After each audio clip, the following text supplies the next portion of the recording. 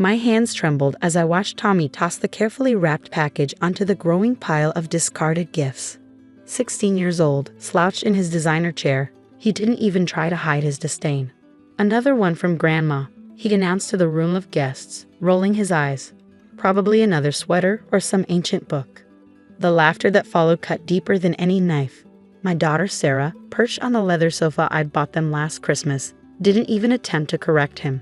Instead, she shared a knowing look with her husband Mark, both of them smirking as if they were in on some private joke. I sat there, my heart heavy in my chest, remembering the hours I'd spent selecting the limited edition gaming console he'd been begging his parents for. The one they'd refused to buy, claiming it was too expensive. The same parents who were now driving matching luxury cars and planning their third vacation this year. "At least open it, Tommy," I suggested softly, my voice barely carrying over the chatter of the party guests. He sighed dramatically, as if I'd asked him to solve world hunger. "What's the point? Your presents are always so basic." He emphasized the last word, drawing another round of snickers from his friends. Sarah finally spoke up, but not to defend me. "Mom, you really don't need to keep buying him things. You should save your pension money." Pension money. I almost laughed. They had no idea that the comfortable life they were living, the house, the cars, their business, existed because of my quiet investments and carefully placed loans. I'd spent years building my fortune in silence, helping them maintain their illusion of success while they treated me like a burden. "Actually," Mark chimed in, swirling his expensive whiskey, "bought with money from my latest business loan to him. We've been meaning to talk to you about the monthly dinners. Tommy's getting busier with activities and, well, I knew what was coming. I'd seen the signs for months now. The forgotten phone calls, the canceled visits, the way they'd moved my photos to the hallway where guests wouldn't see them. It's just not convenient anymore." Sarah finished for him, not meeting my eyes. "Maybe we can do holidays instead. When we're not traveling, of course." Tommy had already turned back to his phone, my gift pushed aside like yesterday's trash. His friends were gathered around him, showing off their latest purchases, their parents' credit cards probably still warm from use. I stood up slowly, smoothing down my simple dress, the same one I'd worn to 3 family functions because they expected me to look the part of the struggling grandmother. "Of course," I said quietly, "I understand." But for the first time in 16 years, I really did understand. I understood that I created this situation by enabling their behavior, by hiding my success to protect their pride, by letting them believe they'd built everything on their own. I walked to my car, a modest sedan they often mocked, and pulled out my phone. One call. That's all it would take to start undoing years of carefully constructed support. "James," I spoke to my financial advisor. "It's time. Start the process we discussed." "All of it?" he asked, knowing what this meant. "Every last bit," I confirmed, "and James, make sure the timing is perfect." I ended the call and looked back at the house. My house, technically, though they didn't know that. Through the window, I could see them laughing, probably already forgetting I'd left.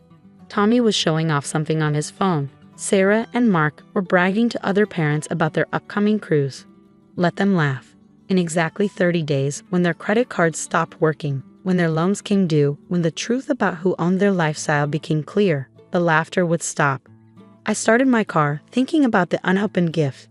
Inside wasn't just a gaming console. There was also a letter, explaining everything, my real wealth, my companies, my properties. A letter offering Tommy a chance to learn the family business, to understand the value of hard work and respect. But he'd never read it.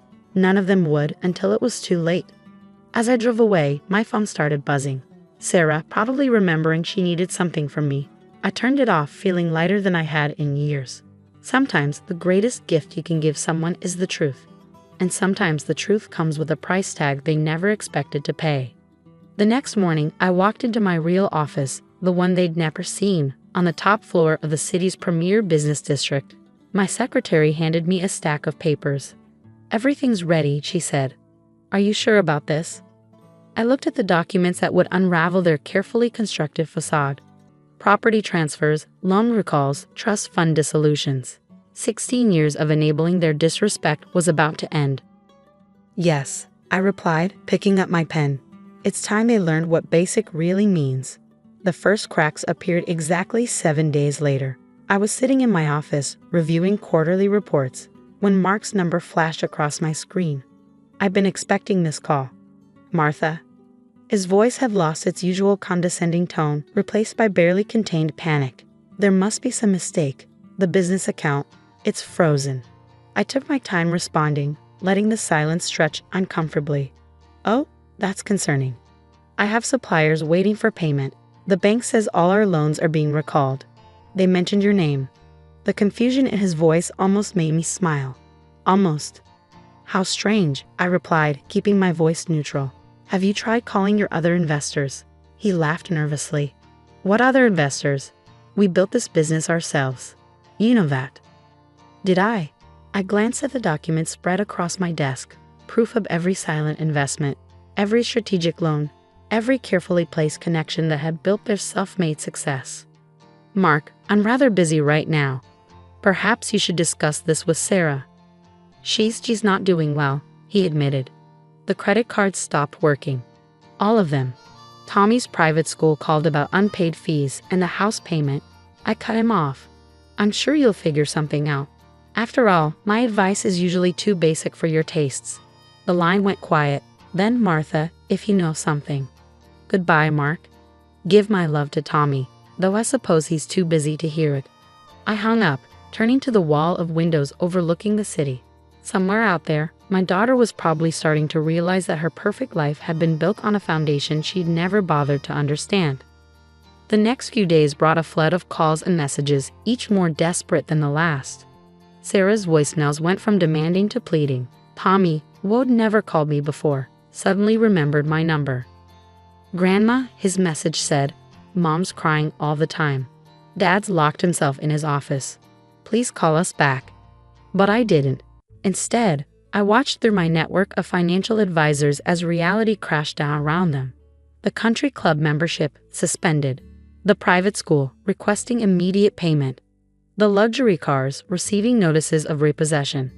10 days after Mark's first call, Sarah showed up at my modest apartment, the only address they had for me. She looked different. No designer clothes, no perfectly styled hair. Just a woman finally facing the truth. Mom, she whispered when I opened the door. What's happening? I let her in, noting how her eyes darted around my simple living room, probably wondering how her poor mother had managed to destroy their life. Would you like some tea? I asked as if this were any other visit. Tea? Mom, we're losing everything. The house, the cars, Tommy's school. Everything's falling apart, and somehow it all leads back to you. I settled into my chair, the same one they'd mocked as thrift store chick last Christmas. Interesting choice of words. Your house. Your cars. Are you sure about that? Her face paled. What are you talking about? Did you ever wonder, I said quietly, how you got approved for that house with Mark's credit history? How your business survived its first 3 years when the market was down? Who really paid for Tommy's first private school? But you're just, she gestured helplessly at my apartment, my simple clothes. Just what? Basic? A burden? A grandmother who should save her pension money. Tears started rolling down her face. We didn't mean. Yes, you did, I corrected her. You meant every laugh, every dismissal, every canceled dinner.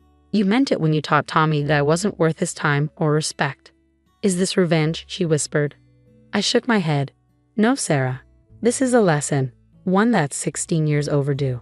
She left my apartment looking smaller somehow, clutching her non-designer handbag like a shield. As the door closed behind her, I picked up my phone and dialed a familiar number.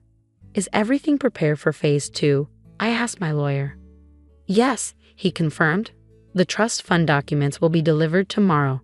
Are you sure about the conditions? I thought about Tommy's unopened gift still sitting in their house somewhere. Absolutely. Sometimes the hardest lessons are the most important ones. Phase 2 would show them exactly who they'd been mocking all these years. But more importantly, it would show them who they really were. The real question was, were they ready to learn? When the trust fund documents arrived at their house, they finally understood the full scope of what they'd lost. I watched through my office cameras as Mark and Sarah sat in my real workplace, faces ashen as my lawyer explained the situation. Mrs. Wilson isn't just your mother, he stated clinically. She's the founder of Wilson Enterprises, controlling assets worth over $300 million across the real estate, technology, and retail sectors. Sarah's hand trembled as she held up the papers. All this time, your lifestyle, my lawyer continued, was maintained through a series of trusts and loans, all contingent on annual renewal. Mrs. Wilson has chosen not to renew them. Mark, always quick to spot an angle, leaned forward. But surely we can discuss this. We're family. Family? I finally spoke, stepping out from the adjoining room. They jumped at my appearance, so different from what they were used to. No simple dress today.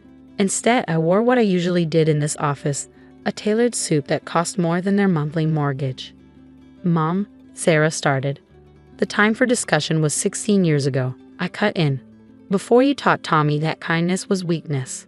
Before you decided I was beneath you. We can change, Mark promised quickly. Tommy will apologize.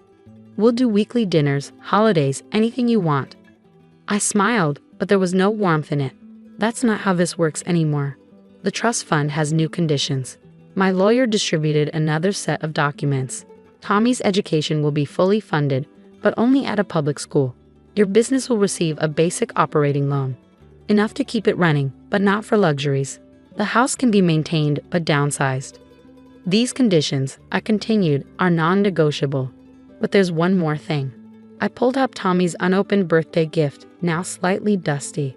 Inside this box isn't just a gaming console.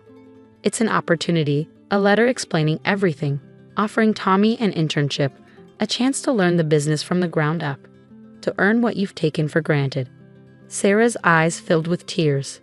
He never opened it. No, he didn't.